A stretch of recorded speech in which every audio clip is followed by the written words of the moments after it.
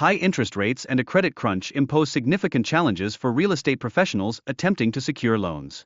This predicament exacerbates existing difficulties within the business sector. In this context, regulatory cuts emerge as a crucial focal point, often regarded as more advantageous than tax reductions. This shift indicates a notable transformation in how businesses view governmental support.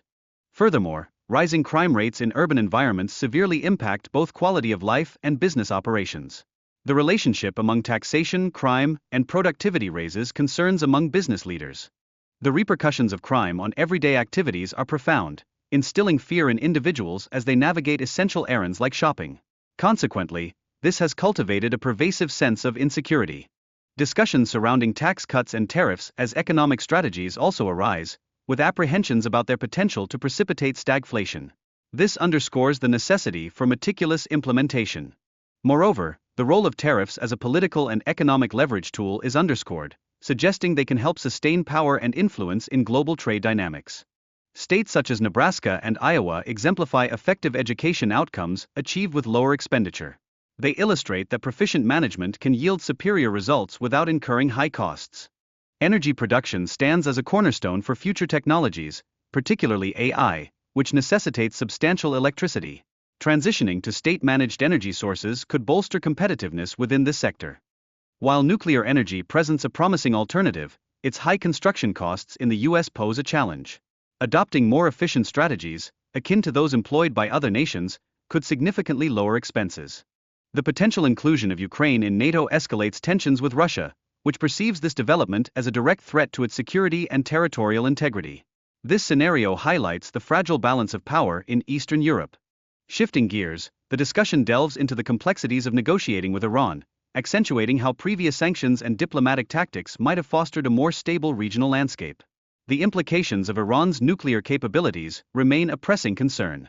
The interplay of domestic politics with foreign policy is evident as the conversation addresses the influence of abortion laws, reflecting broader societal values. States now wield the authority to make decisions on such pivotal matters. Criticism arises regarding the president's approach to China, suggesting a perceived lack of respect and confidence from the Chinese government, which jeopardizes international negotiations. This situation calls into question accountability in foreign relations. Significant apprehensions surround the funding of gain-of-function research, highlighting its ramifications for public health and governmental accountability. This situation necessitates thorough investigation to ensure transparency. Reflecting on past decisions made during their administration, the speaker emphasizes immigration controls from China, arguing that these measures averted a greater loss of life during the pandemic, showcasing the importance of decisive leadership. The construction of the border wall was designed to enhance security and curb illegal crossings, with specific design requests from Border Patrol aimed at efficacy, featuring visibility while maintaining height and strength. Recent policy reversals have undone prior achievements, fostering a narrative of an open border, which has led to an influx of individuals from diverse backgrounds, including those from jails and mental institutions. Emphasizing the urgency for high-skilled workers, the discourse suggests that immigrants graduating from U.S. colleges should receive automatic green cards, enabling them to contribute positively to the economy. Concerns about high taxes and immigration policies illustrate widespread dissatisfaction with current leadership decisions. The emphasis on a border wall and regulated immigration becomes pronounced.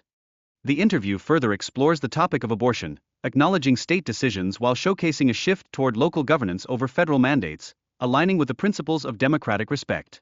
Discussions surrounding foreign policy, particularly in relation to Ukraine and NATO, reflect a clear stance against American military engagement, prioritizing national interests in this evolving dialogue. The impact of the COVID-19 pandemic on governmental spending decisions has been significant, underscoring the necessity for rapid financial responsiveness during economic downturns, which has influenced current debt levels under both administrations. Concerns about dollarization and its implications for foreign relations emphasize the strategic importance of the U.S. relationship with Saudi Arabia and its consequential effects on global dollar reserves.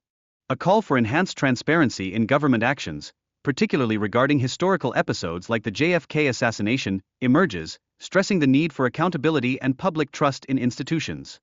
The discussion spotlights Trump's commitment to augmenting H-1B visas to attract tech talent, while simultaneously addressing issues of crime and border security, striving to foster economic growth and innovation.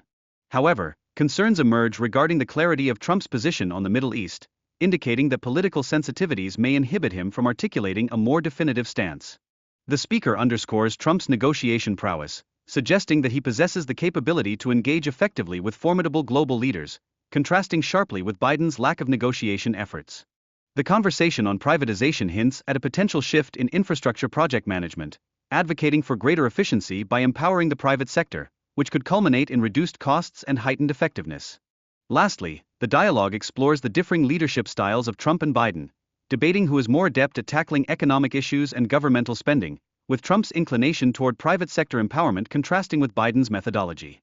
The interview concludes by revealing public sentiment toward Trump's leadership, indicating that perceptions may shift when individuals engage directly with him, underscoring the significance of personal interaction in political dialogue.